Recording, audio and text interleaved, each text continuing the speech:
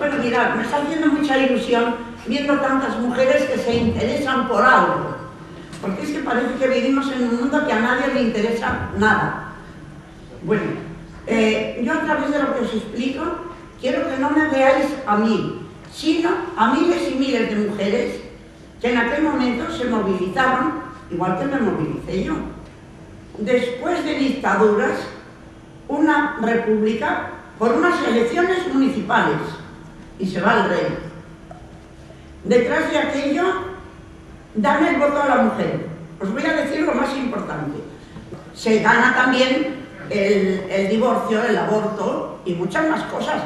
Había unas mujeres universitarias que nos reunían, como hoy estáis aquí vosotras, a explicarnos cómo nos teníamos que defender las mujeres, cómo había que luchar y cómo había que trabajar, porque en aquel momento la mujer no tenía ningún derecho.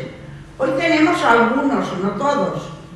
A los 2 años siguientes vienen las siguientes elecciones y gana la derecha, porque en Madrid se dijo que como dieron el voto a la mujer, y la mujer hasta aquel momento solamente iba a la iglesia, pues la iglesia manejó.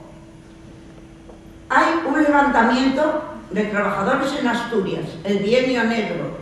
Os tengo que hablar de historia, porque lo que os cuento es historia. Y se hacen cargo de los niños, de los presos y fusilados de entonces. Y los traen a Madrid, pero claro, se traen clandestinamente a casas de trabajadores. Mi pariente no podía ir a su casa porque le hubieran cogido. Y me dice si yo le puedo ayudar y le digo que sí. Y esto me da lugar a darme cuenta de una cosa.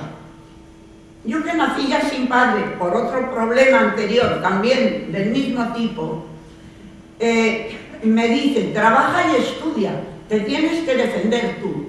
Yo entonces me doy cuenta que eso de defenderte tú no es así.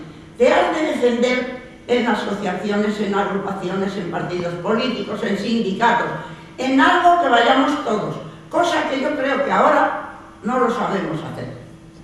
Bueno, pasa esto y llegan las elecciones del 36 y vuelve a ganar la izquierda. Yo soy enfermera y llevadora